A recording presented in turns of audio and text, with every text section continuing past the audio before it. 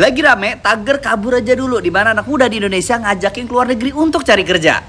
Tren ini terjadi gara-gara susahnya cari kerja di Indonesia, terlalu banyak persyaratan umur, pengalaman kerja, dan lain sebagainya. Ya sedangkan di luar negeri, tamatan SMA gajinya bisa sampai 2 digit.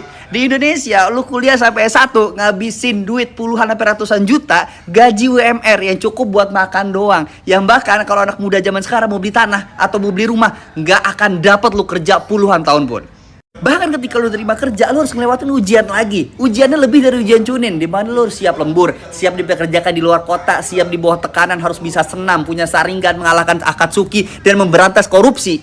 Giliran udah terima, tetap aja kalah sama orang dalam, kan Bambang. Kerja di luar negeri, selain dapat gaji yang gede, lu tuh dari pemerintah di sana dapat fasilitas kesehatan dan juga keamanan. Dan kita masyarakat sendiri belum tentu ngedapetin itu, ya. Bahkan udah kerja bertahun-tahun di perusahaan tempat lu kerja, belum tentu lu dapat BPJS. Kalau udah ada kasus kayak gini, seharusnya pemerintah tuh lebih aware dan terbuka. Oh, banyak lu ternyata masyarakat kita yang pindah ke luar negeri, bahkan kerja di luar sana dibandingin kerja di Indonesia.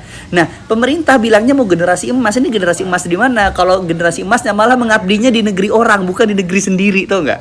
Sekarang gue tanya sama lu mending kerja di Indonesia atau kerja di luar negeri? Dan setuju atau enggak dengan tren ini? Gimana pendapat kalian? Coba komen dan share biar orang-orang lain itu tuh pejabat tuh ngeliat tentang konten ini.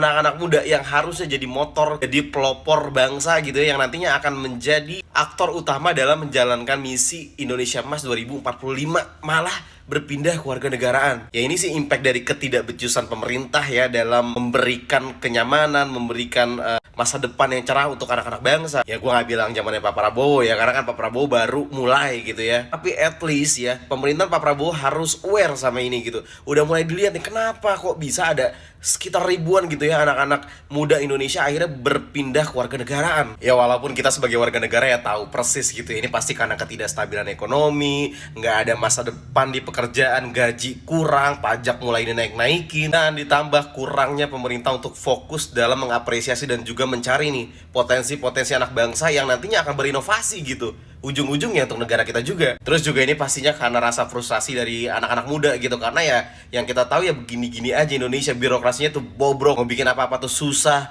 mahal, ada aja punglinya. Lu bayangin aja kan, ada orang mau cari duit, butuh administrasi dari negara, malah diduitin. Ya pokoknya kalau dari gue sih, kalau masih kayak gini terus pemerintah nggak ada perubahan, goodbye lah sama Indonesia Mas 2045.